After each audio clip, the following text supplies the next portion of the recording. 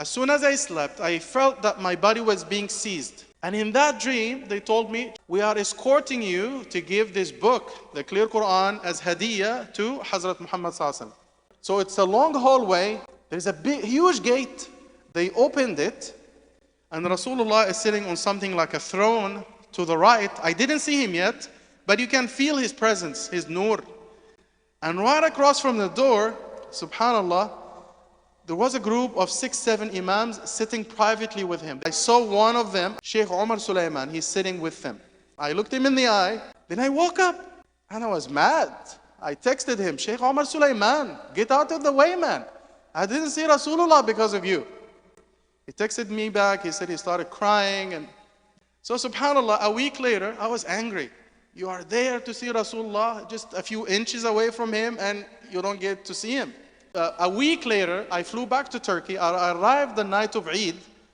I prayed Salatul Fajr. I wanted to sleep for half hour before Salatul Eid. As soon as I slept, the same feeling. My body was being seized, and he was right there in front of me, like zoom in. He looked exactly the same way he is described in the books of Hadith, like Hadith al-Muma'bad and the books of Sirah. His face was roundish and bright, and his beard was full, his neck was long, the turban, and his shoulders were very broad. He was very masculine, very strong, very athletic. And he was not very tall, not very short, moderate build.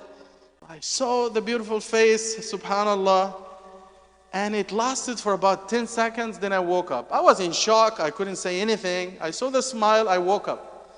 And I said, this is an ishara. This has to be a sign that I've been working on this for like 12, 13 years.